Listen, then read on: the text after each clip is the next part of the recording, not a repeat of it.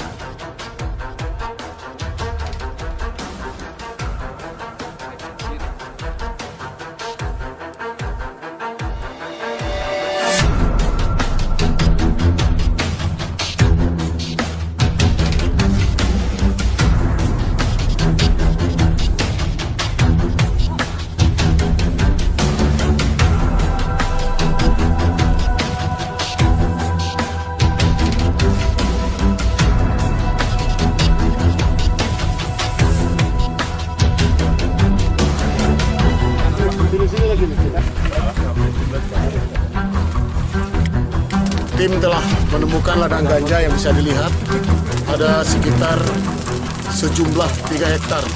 Sementara hasil yang ditanami di sini yang baru kita hancurkan adalah sekitar 1,5 hektar.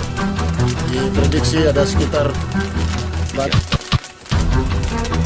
hektar untuk keseluruhan, sementara untuk yang ditanami ada 1,5 hektar.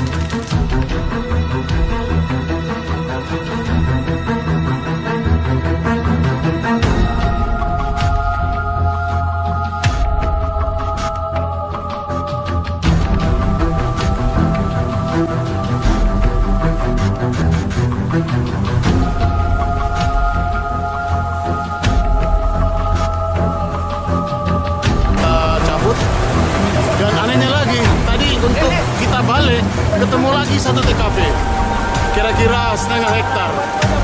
Di situ juga ada tempat pembibitan, ada tempat untuk obat-obatannya dia.